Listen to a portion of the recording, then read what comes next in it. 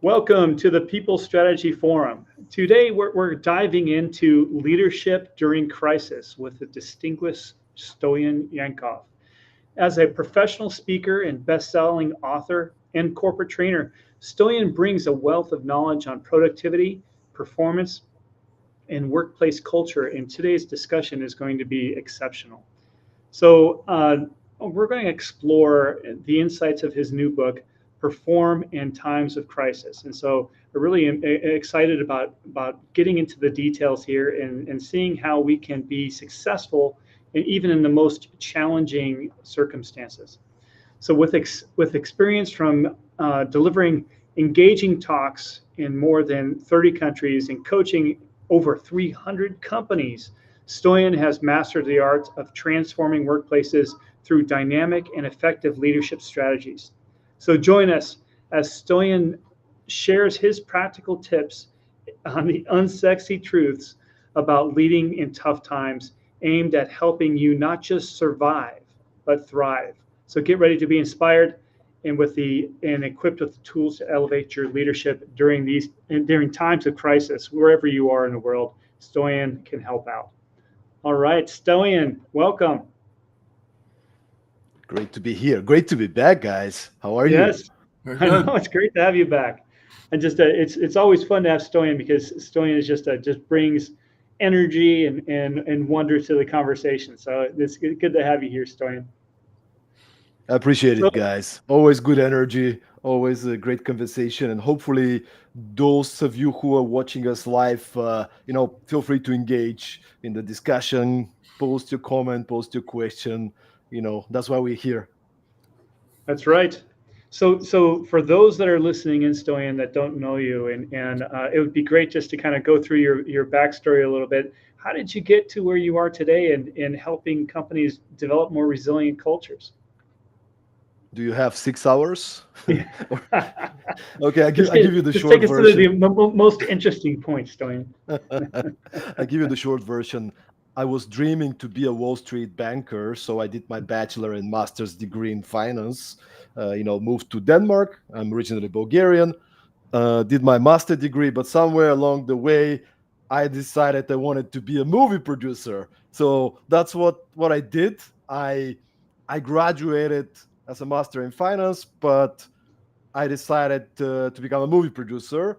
Did my master thesis on film financing, and then entered the movie industry from a business perspective. So that's what I've been doing for 4 or 5 years. Professionally, had a video production agency, and this is also where my passion for team management, team motivation, time management, and productivity came from. Because when you're a movie producer, you're always behind time, always behind budget, always behind people, right? And you got to deliver results, high quality results. So, but my passion, my biggest passion, is working with people, bringing people together. So, um, since 2016, I've been traveling the world, consulting, putting together workshops, corporate training programs, and speaking in now over 35 countries. So it's been a fantastic journey, and I'm excited to keep growing. So Stoyan, I mean, I think it's just fascinating that you're a movie producer and in that world. And I imagine, as you mentioned, there's times where just things just, I mean, you're on a schedule and you got to, in a budget, you got to deliver. Tell us a story about a time when things didn't go so well for you in as a movie producer. It's basically every production almost. So this every production has a story. I think people don't realize the job of a producer. Uh, if everything goes smooth, nobody notices the producer. Yeah. It's like some magical hand kind of took care of everything, but there's so much work that's done in order for things to go smoothly. But the first thing that come to mind is, I remember this production we did. It was one of the first productions of a uh, newly made video production company that I was a partner at. We wanted Yeah. to create a portfolio video piece, but we don't have a lot of money, not much of budget, right? So we were in Denmark, and we wanted to create this Harry Potter looking, magical commercial kind of piece. So we managed to excite, me and my partner. We were both very convincing people, so we managed to excite a lot of great people to join us.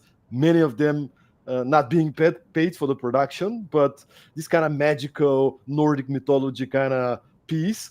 Yeah. So we decided to shoot it in the middle of the winter, and we shot it in these Viking huts. So in the middle of nowhere, the nearest human being was living maybe 5 miles away from this Wow. place, and we got these Viking huts. It's actually a museum, but they allow us to film there. Cool. The problem is it was the winter in Denmark, and you cannot heat up those places.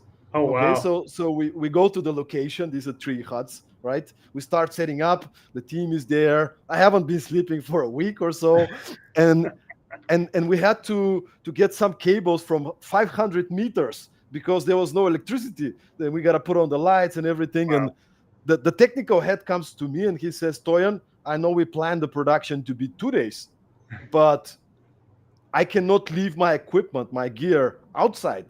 So what I suggest is we do it in 1 take, because Wow. otherwise we have 2-3 hours just to pack the equipment, and in the morning 2-3 hours to set it up again. Right. Let's just do it at once. And I gotta tell you, man, it was 24 hours non-stop filming in minus 10 Celsius. I don't know how's that Fahrenheit, but It's cold. it was the close. It was this crazy day where, of course, we were taking breaks, and I don't know if it was legal to to do that, right? But at the time, like you could see who are the people that you can rely on, Yeah. right? Yeah. Like who are the people that in these difficult times they manage to stay positive. They put off their roles and responsibilities, and they're just trying to help. Hey, I know I'm not the sound guy, but I can keep the mic if you Yeah. need that. Hey, what else do you need me to do? Like, staying positive. And it was an excellent experience. Like we shot throughout the whole night. I remember 9 in the morning, the next morning. Like, I Yeah. have no power. I'm just completely, but you got to stay with the team. I'm the leader. I can't leave Yeah. them, right? I'm not Right. so helpful, but I'm there to help them out, do whatever. And the technical head, everybody's quiet. We're just looking at each other. And the technical head looks at me and says, that was a fair stretch. That was it, man. That was it. So, I mean, so many stories, man. I know, but I think that's the thing. I mean, in a time of crisis, I think you brought up a big piece of mindset, right? And you're the leader. You're setting the stage on how to have the mindset in there. How did you do that without sleep? I mean, you were exhausted when you're going into this process, and they were putting into a crisis, and you were able to keep the tone of a positive mindset through all of this. Well, I guess it comes down to your principles and your values and what matters to you, right? In my operational system, my mindset, there's no other way. I cannot expect anybody from my team to go out there and to do their job if I'm not there to lead them. Right. So, I mean, and this is probably a good piece of advice to anybody who's a leader, who's leading a team, who has people, who's leading a family. It's everybody's looking at you, especially in the difficult times. It's easy to be a leader when things are going smooth, but real leader is defined in times of crisis. What are the actions that you take in times of crisis? Yeah. How do you lead? Yeah. Being present. Being present. Yeah. And what do you prioritize? Right. Because I had one of the amazing leaders I interviewed for our book and on our podcast. His name is Howard Bihar, the former president of Starbucks, incredible guy, author of a book called "It's Not About the Coffee." And we had a special episode dedicated on crisis management. And that's what he said. The problem is, he said, a lot of leaders, when a crisis hits, they become different. They become authoritarian. They start pointing fingers and looking at people, looking for the blame. They start taking over.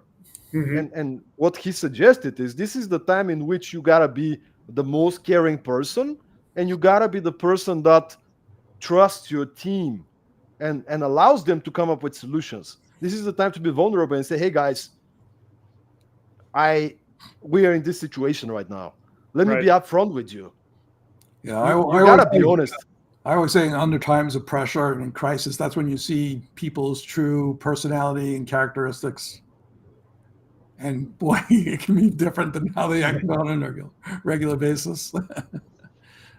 Yeah. So true leaders got to keep it together, right? And Yeah. keep that sense of calmness and trust, as you mentioned. So I mean, in the book, we dedicated a full chapter at the beginning, which is, the book is about crisis management, but it's the preparation for a crisis, yeah. right? How do you build up a resilient team?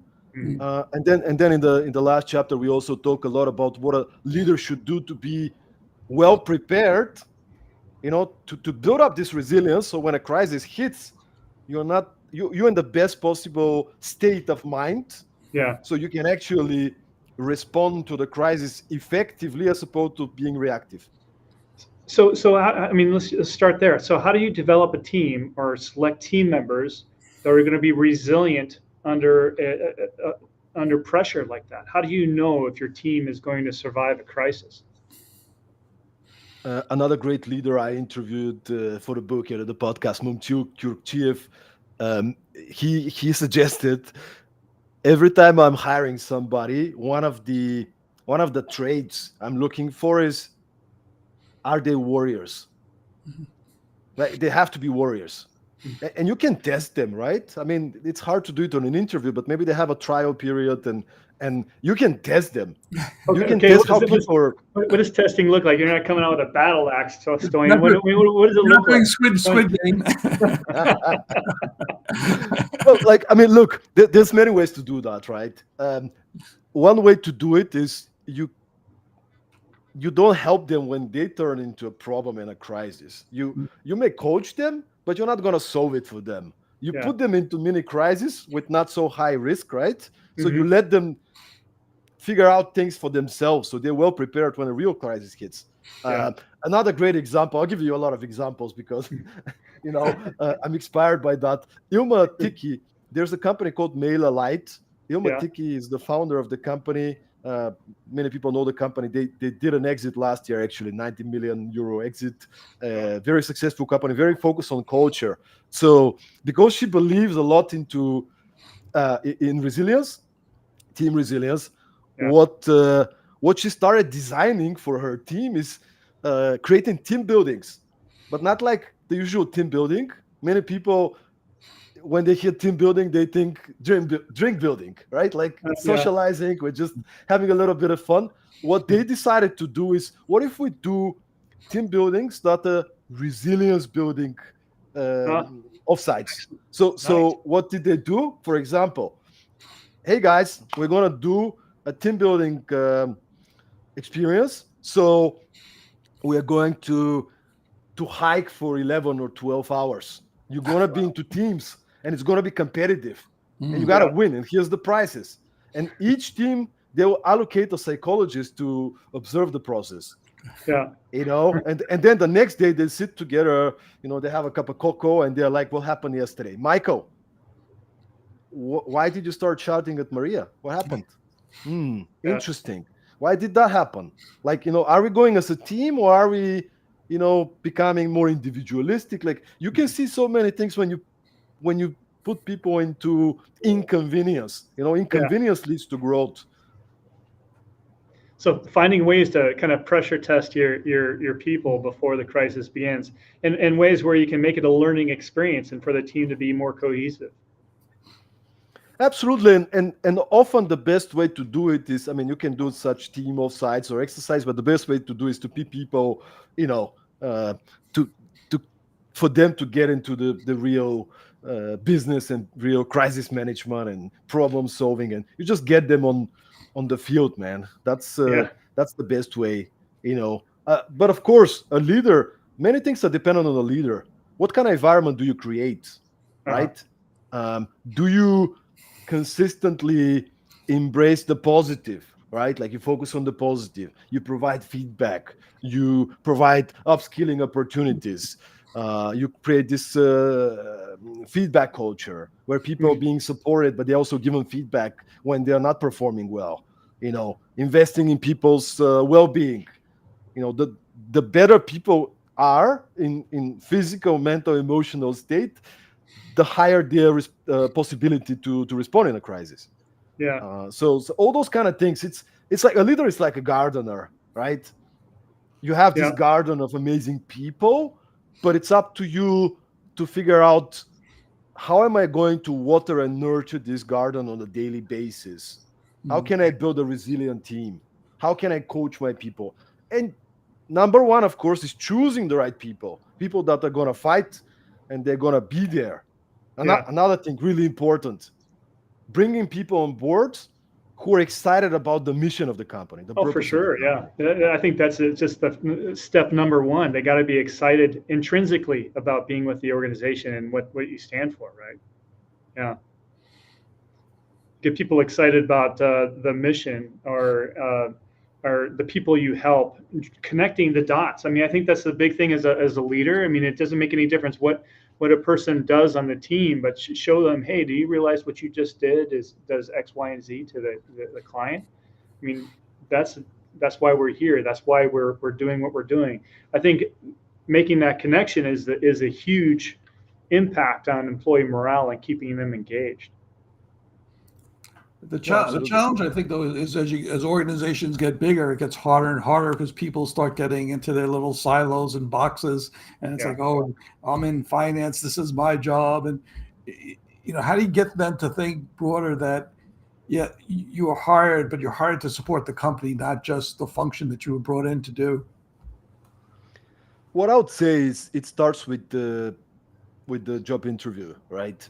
You got to set the right expectations with people. Hey, man, I know you're getting this finance job, but if you're working for our organization, let me tell you what else is part of your job description. Well, when something happens, we expect everybody to step in. When this happens, we expect this kind of attitude. Is that a company for you, right? Like you got to set the expectations from the get-go. These are our values, man. Like you talk about purpose, right? But what do we stand for as an organizations? Most organizations, if you ask them, they have a list of values, but not all of them have real values, authentic values. Values means what do we value when we make decisions, Yeah. right? Like if you say this, we're punctual, and everybody's late all the time. That's not a value, man. This is something on your website. It's not a value, Like these are our values. These are the behaviors connected to the values, right? So one of our values could be that when something happens, everybody is there to support everybody else, right? So you set the expectations clear from the get-go with people, and then you coach them because it requires nurturing. Hey, Michael, I don't know why I'm picking on Michael. I don't have any Michael. It's like, Michael, let's one-on-one sessions, man. Like you need to have communication and consistent feedback sessions where you can discuss those things in a safe environment. Michael, I really appreciate you as a professional. Last week we had this situation going on, and I have to share with you that when I saw you not helping your colleague Maria, it made me feel that we were not so clear communicating with you this and this and this. Well, let me share with what happened. Let's talk about it. You talk to Michael, and hopefully Michael is on the same page. Maybe he was not clear, but he believes in the same. And then you can build from there. Next time there is a crisis, it happens again, third time. Well, at some point you got to say no to people and say, sorry, but I think we're not on the same page. But hopefully you can coach them. If you choose the right people, you can coach them into this type of we're a team. We work together. We support each other. Mm-hmm. Yeah, I mean, with some of that, I've heard of some leaders using some extreme techniques, and I'd like to run this by you to see what you think. And so I was told a story one time about a leader went into their team, and and somebody messed up on the team, and they called up that person, and they kind of demeaned them in front of the team and so forth. And he told that person to leave the room.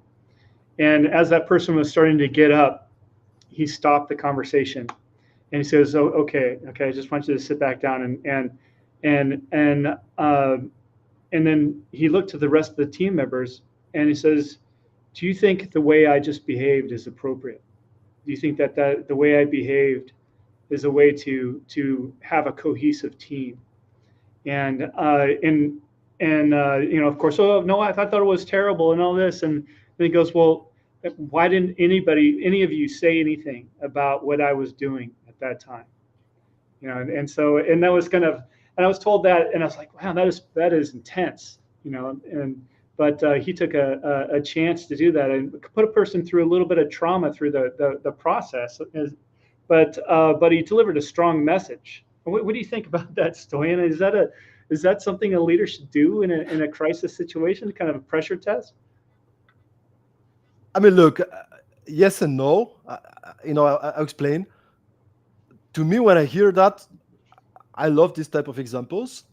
Yeah. If that's true to who you are as a leader, if that's your style of leading, is through, putting people out of their comfort zone with care. If you do it with care, Yeah. if this other person is, for example, if this other person is prepared, so they're doing a little bit of an acting, that can teach people a lesson.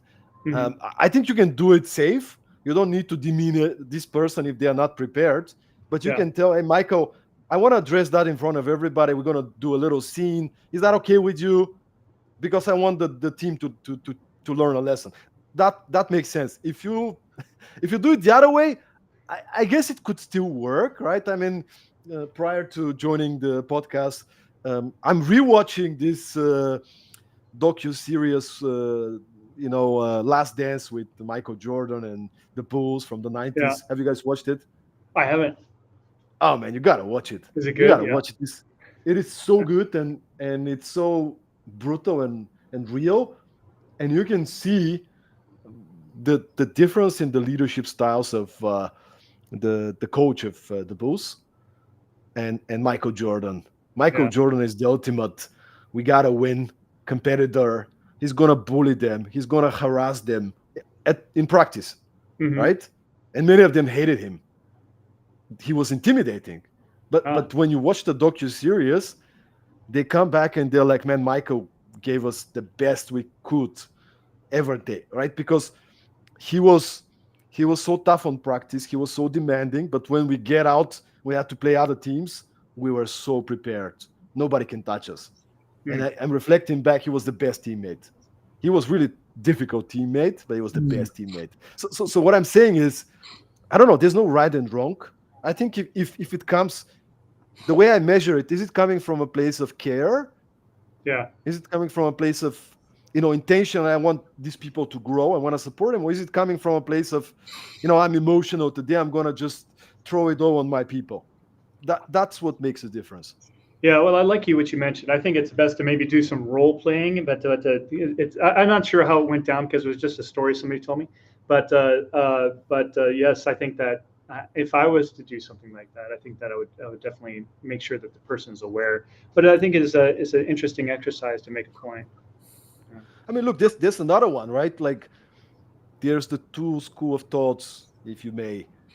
When there is a crisis, what's the role of the leader, right?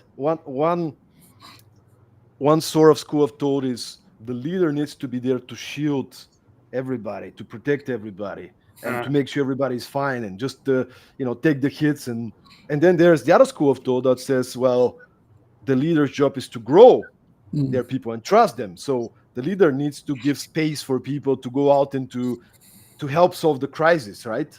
Yeah. So I'm curious to hear what you guys think. I think there's a time for most of that, but the thing is that I know this from myself. I mean, it's like, I get tired. It's like I'm as I'm getting older. It's like I can't be the armor in front of the tank. It's like it's you get worn down after a while, and you can't do your job. You can't be successful as a team. So you have to nurture people so that they develop and can be confident in themselves and hold the shield as well. But I think that there are times, especially when maybe your organization, you're being attacked, or a team member's being attacked, where it's important for you to be an advocate and stand up for them and show the way. Beyond. What do you think, Howard? Yeah, no. I think you're right. I think it depends on the situation. Clearly, you don't want to be in the position where everyone always looks to you to solve the problems. You want to be able to energize and encourage the team and lift them all up so that they're all performing at their best and they're all contributing to the general benefit of the company. But there are other times when you have a major crisis where you are the focal point and you need to be out there and you need to be addressing not only the public's concerns, but your employees' concerns. So I think it depends on the situational. So what's the real answer, Stoyan? Tell us. Actually, I like what you guys answered. I'm pretty much. I don't think there's right and wrong in those type of. I think it's really about an approach. But I really relate to what you guys say, that it's very situational. You have the different type of crisis. You have the emergencies. Something happens, you gotta act quick. You gotta be really fast, right? It's I don't know, the house is burning, right? The number one priority is everybody safe. So you might have to shout from a place of care. Hey, everybody, let's go. Leave it aside. Right. You might have to take ownership situationally. In other situations, maybe it's not so urgent for you to respond. There's a problem, there's a situation, but you can feel it, sense it, and say, isn't that a great opportunity for this person from my team to learn and grow? I can solve it for them for 2 minutes, but if they spend half an hour or half a day or 2 days, they're actually going to grow as leaders. And it's not going to, the level of danger is not so high. So I think it's very situational for sure. I mean, we had a couple of examples we included in the book. From one of them was a founder from Ukraine. The guys just fundraised. They got I think 1-2 million euro seed round. Everything is growing, and all of a sudden, their country gets invaded. Man, literally they see bombs in front of the window. So the founder that I interviewed, for him it was, I need to make sure everybody's safe. Right. But I need to get the family get out of Kiev, the capital. So what he did is, because his wife was obviously emotional and smashed. And but by the way, that's probably 5 or 10 leaders recommended this little tactic in these situations where everybody's panicked and freaking out. The same with this guy that I just mentioned, Ivan Kaunov is his name. He recommends, if somebody's freaking out or panicking, give them one specific thing to do so they can stay busy and not freak out. And so he said to his wife, I need you to pack the bag. Everything's going to be fine. I just need you to pack the bags with the clothes for 3 days or whatever. That's the only thing you need to do. I have it all under control. Right? And she's packing now. She's busy. She's not freaking out. Now he has a little bit of time. He starts calling around, the team, calling his teammates, the managers that are in safer places. They start thinking about evacuation of everybody else. Like, it's responding fast in this emergency type of situation is extremely important. The problem is many leaders that are not used to crisis, they're too slow to respond because they wanna make the perfect decision. Right? Yeah. There's no perfect decision because you don't have the information. You have to, with very limited information, you need to be able to say, all right, guys, with this information, this is what we do. Let's move. You got to lead everybody. And it's really important that you do it from a place of strength because everybody's freaking out. If you have 5 minutes or 10 minutes to find your strength, to find your calm, right? Everybody has their own ways. Close your eyes, breathe deeply, whatever you do, just compose yourself because everybody is waiting for you to give them this strength, this calm. Right. And when you speak from a place of strength and you tell people the truth without, saving stuff. hey everybody, I just want you to let you know we lost our biggest customer, and that is going to affect us in the next 3 months.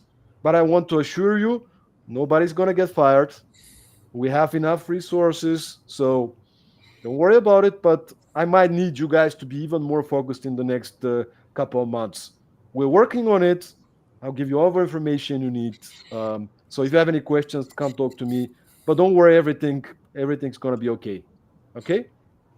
And then if you don't do that, rumors start to spread. Oh my Okay. God, did you hear? Did you hear about this customer? Like, people start making stories, right? So you got to be upfront. Yeah, excellent example. I mean,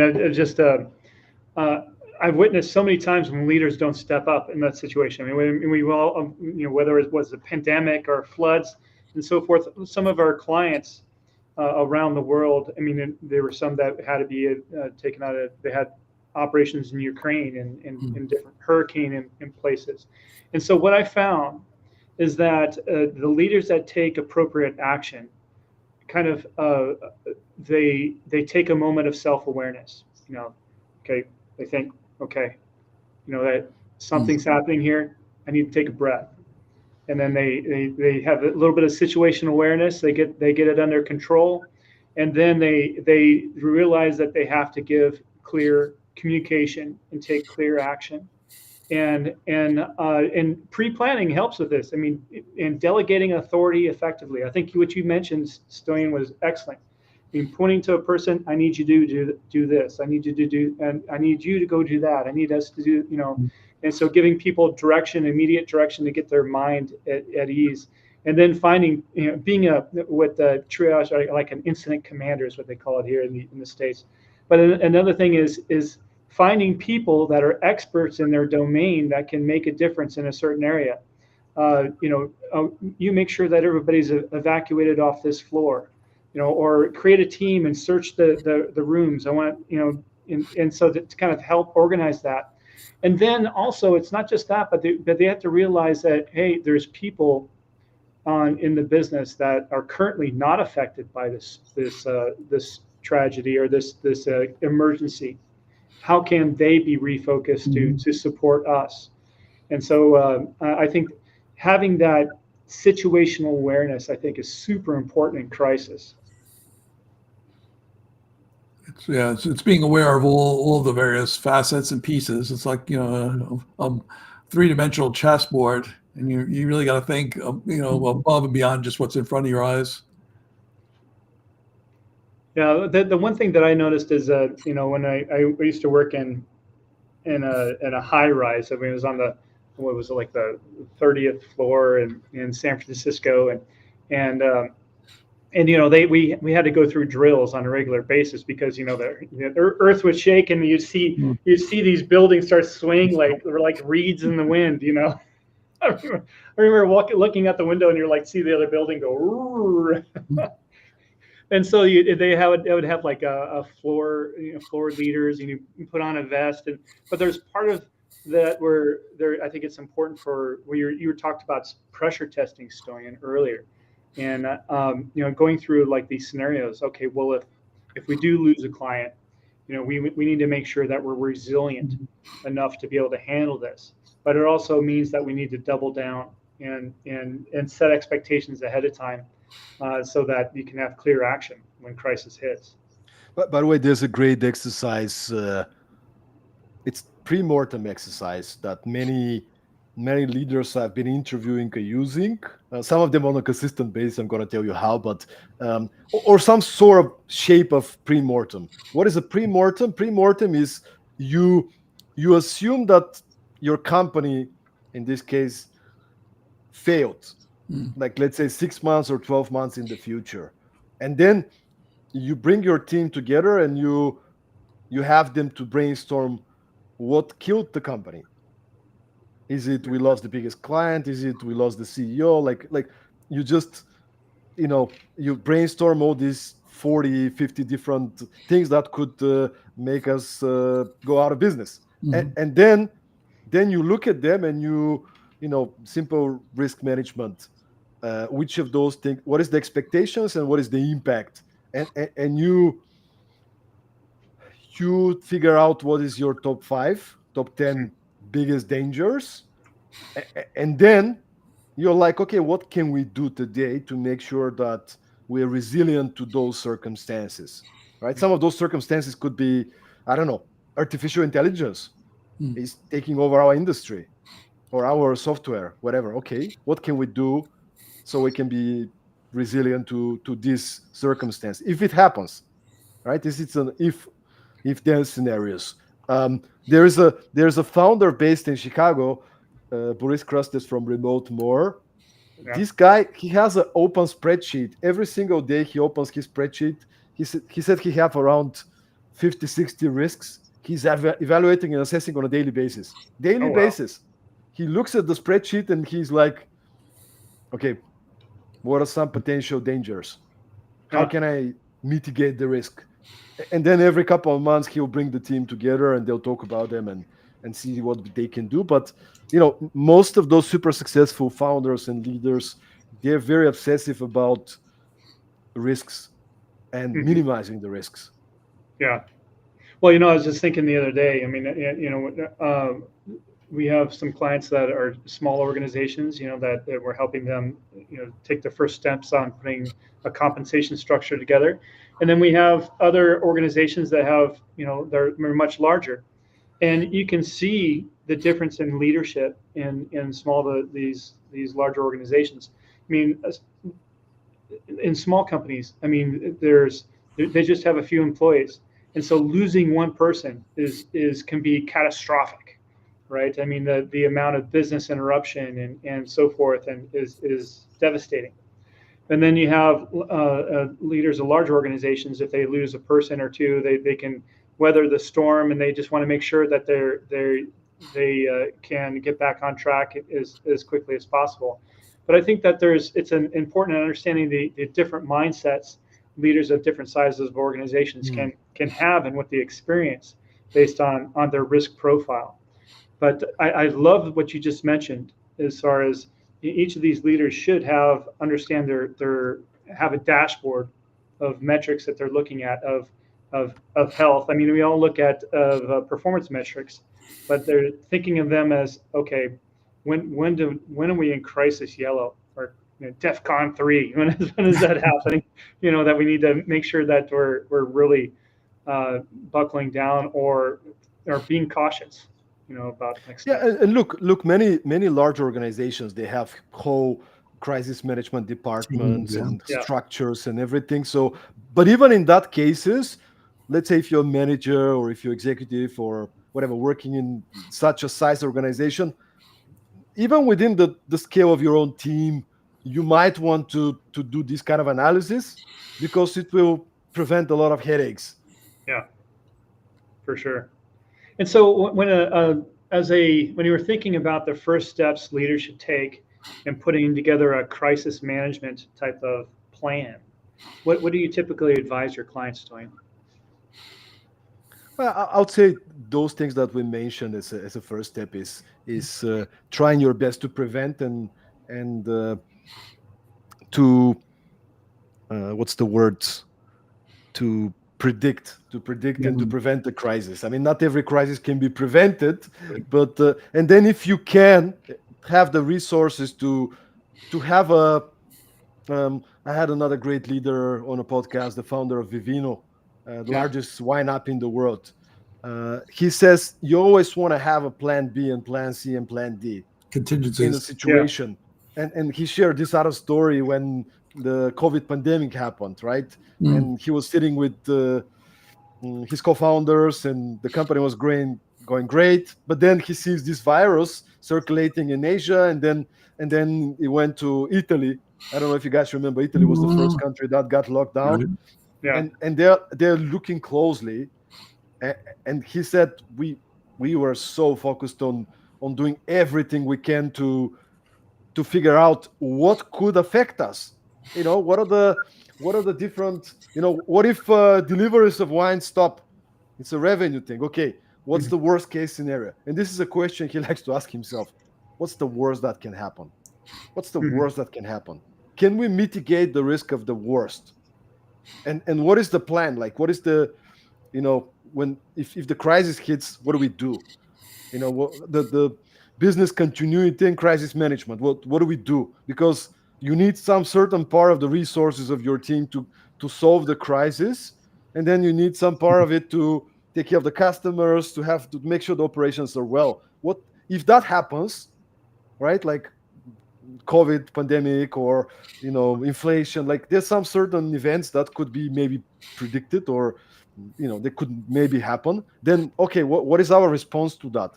We better have a plan, because when things start burning, it's easy to do the step by step and actually execute on the plan as opposed to coming up with a new plan. Right. There was a German commander, forgot his name, uh, but what he there was this famous quote.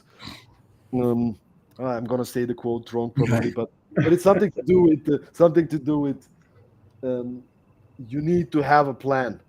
Yeah. You need to have no no plan survives contact with the enemy, Yes, but you that's need right. to have a plan. Mm. That's that's the thing, right? So um, have a plan B, C, D. Like be really clear where you're going, and then again, the crisis evolves. It's probably going to evolve in directions you didn't predict anyway. Right. But the more certainty you can create, the better. Right. Yeah. I love that. Just having a plan, having contingency plans, and then the last thing is having a bug out plan. So if, make sure you're prepared if you have to if you have to get out for everyone's safety. And so And I know and it's exit plan. I know it's really something that everybody knows, but when there is a crisis coming, or you're already in a crisis, Mm. Yeah. that is not the time to stop caring for your physical, emotional, and mental Right. state. This is the time you gotta double down on your well-being. What do you eat? How Mhm. much do you sleep? Even if you're probably not feeling like sleeping, your sleep might be disturbed, right? But that's the time you gotta double down on your emotional, your mental, Yeah. your support network, the people around you, relying on them. This is the time, because you gotta be this stable, solid pillar for everybody else. So Mhm. you need to have energy, you need Right. to have strength, and you need to have creativity, problem solving, like looking for solutions. The Chinese symbol for crisis that Kennedy was talking about back in the 60s, that crisis is comprised of two symbols. One is danger and the second one is opportunity. Mm. Right? So in any crisis there'll be opportunities if you survive. Yeah. So you gotta secure the survival, but then in every crisis there will be opportunities for a team to grow and come together, for new markets to appear, new products to appear. um, Give you a great example from Lithuania. The general manager from Kempinski Hotels, Vilnius Grand Hotel, Vilnius Kempinski. So Mhm. the pandemic happens, right? Hospitality industry hit Mm. really hard. Right.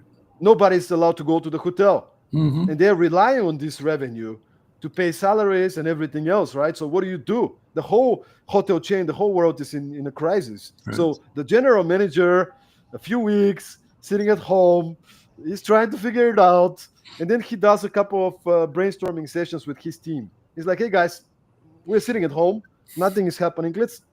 We might as well come up with some ideas, right?" Yeah. So somebody says, "What if we get rid of the beds in every room in the hotel, and we make the rooms mini restaurants?" Okay, that's not a bad idea. Mm. Let's give it a try. Nothing to lose. They remove the beds. They put one table and they make it two people only, because that was the law. That was the Mm. Yeah. regulations. They smash it. The Mm. whole media is taking this. They get booked for 3 months ahead, and they're generating some revenue. They're Right. Yeah. creating a Yeah. lot of PR, right? That keeps them afloat. Of course, they want to be a full-time hotel. They're gonna make more money, but you Mhm. gotta think creatively, man. You gotta look Right. for opportunities, and how can I secure the risks? Our survivor, make sure the survival. Look at the numbers, right? Look at the numbers. Yeah. Very important. Reduce all the costs. look at the numbers, make sure everybody is fine from the team, give all the support, more communication, more support. But then, all right, what's the opportunity? What's the opportunity out there? Mm-hmm. Great. I love that, Stoyan. Well, I know we're at the top of our time here. I mean, is there the last few things that you want our leaders that are listening in to walk away with from our discussion today? There was one phrase that really stuck with me when Yeah. doing all these interviews for the book. I interviewed a lady called Rita McGrath. You should have her on the podcast. Oh, okay. Yeah. She's fantastic. She's a professor in Columbia Business School, prolific writer, serial best-selling author, innovative thinker. I mean, everything. She's amazing. And she shared one important thing for leaders when a crisis hits is you have to keep your team's emotional temperature down. Huh. You have your goal as a leader when a crisis hits is you have to dampen your team's emotional temperature. And I think it's such a beautiful metaphor. Yeah, it is. It's like, what is the temperature? The temperature is going high, right? Super fast. Where is it going high? Oh, this Steven guy is just panicking and okay, I need to talk to Steven. You got to put the temperature down. So how can I put the temperature down? Because when we're cool, with a cool head, we can look at the situation and we can be productive. Maybe we're not gonna resolve the crisis, but we can be most productive in this situation if we focus constructively on resolving it, as opposed to freaking out. And when people are with such a temperature, it's really hard to make a decision that's appropriate. Yes. Well, thanks, Stoyan. I mean, once again, a wonderful conversation on the People Strategy Forum. I mean, we got to have you on more often. And it's been over a year, Stoyan. I miss your energy and your direction that you provide the forum. So thank you so much. Always great to be here, guys. Yeah. Always great to be here. So you keep inviting me, I keep coming. All right, will do. All right, to all those listeners out there, thank you so much for joining us on this week's People Strategy Forum. We'll see you next week. All right, take care, everyone.